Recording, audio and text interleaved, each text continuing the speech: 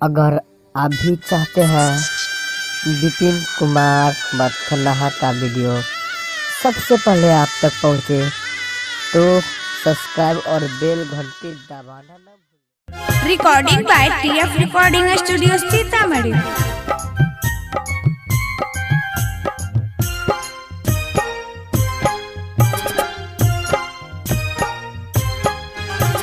होठ कस्तूरी गलबा गुलाबी आँख में खाना भइल। होठ कस्तूरी गलबा गुलाबी आँख में खाना भइल। काना के बाली पर पियवा हमार देखा साझे से बारे दीवाना भइल।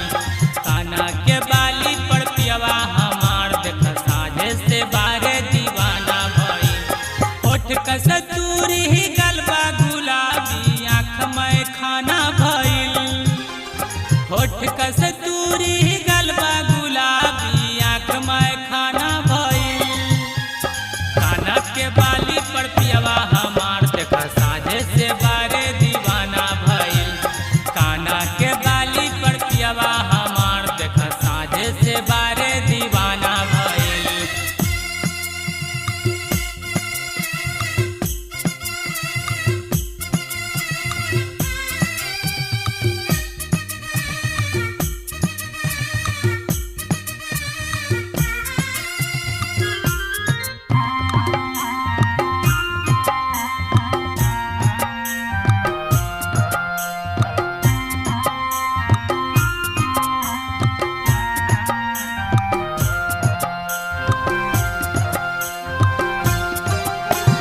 कमर हमर लॉलीपॉप हो, सैया कहे सुपर टॉप हो।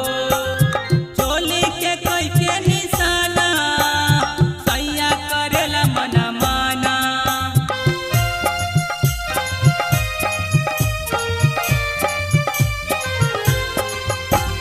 कमर हमर लॉलीपॉप हो, सैया कहे सुपर टॉप हो। चोली के कोई के निशाना, सैया करेला मना माना। चोली के कोई के निशाना, सैया करेला मना माना। लाल रहे सारी लाल होठा लाली रूप के खजाना भइल। लाल रहे सारी लाल होठा लाली रूप के खजाना भइल। काना के बाली पर पियवा हमार देखा साझे से बारे दीवाना भइल। काना के बाली पर पियवा हमार देखा साझे से बारे दीवाना भइल।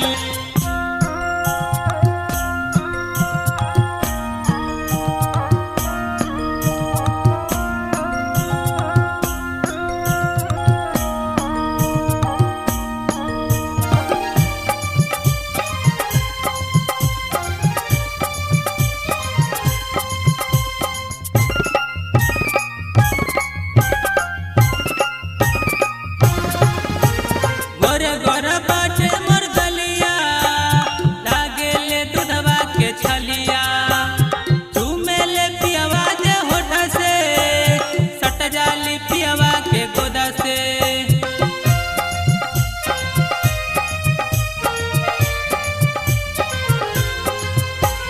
गोरे गोरे बाटे मोर गलिया, लागेले दूधवा के छलिया।